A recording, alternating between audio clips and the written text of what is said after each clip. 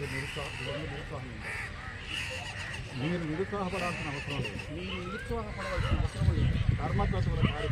ధర్మకృతుల కార్యక్రమంలో పూజ అయిన తర్వాత చనిపోయిన వారి రక్త సంబంధికులు గురువు పెట్టిన వారు పూజలోని ప్రసాదం తీసుకొచ్చి ఇలా ఆకుల కోసం పిలుస్తుంటారు.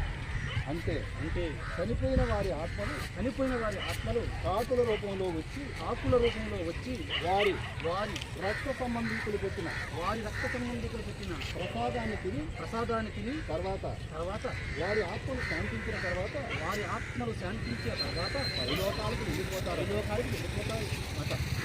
ఒకవేళ ఆ కాకులు రాలేనప్పుడు ఈ ప్రసాదాన్ని జలచరాలకు కూడా తినిపించవచ్చు. అంటే ఆత్మలు ఆ జలచరాల రూపాల్లో కూడా రావచ్చు అని మన నమ్మకం. అవునా? కొంత ప్రసాదం ఇక్కడే పెట్టి వదిలేయండి. మిగతా ప్రసాదాన్ని తీసుకొని మనందరం కలిసి ఆ పక్కనున్న ఆ చెరువు దగ్గరికి వెళ్ళి జల్దిలో ఆ జలచరాల కోసం కలిపేద్దాం.